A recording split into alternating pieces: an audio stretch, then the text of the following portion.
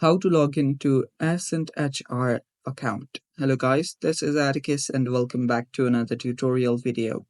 In today's video, I'll teach you guys how you guys can log in into your AscentHR account.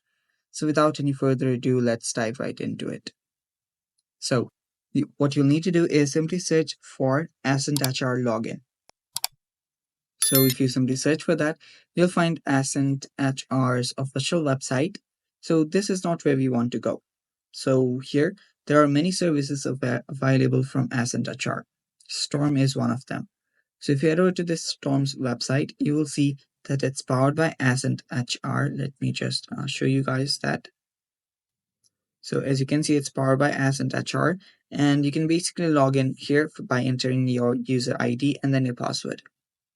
So simply enter your user ID and password and then tap on the login button, and then you'll get logged into your account. And that's basically how you do this. And that's all for today's video as well. Thanks for watching guys. Stay tuned for more upcoming tutorial videos. And if you're new to our channel, don't forget to subscribe.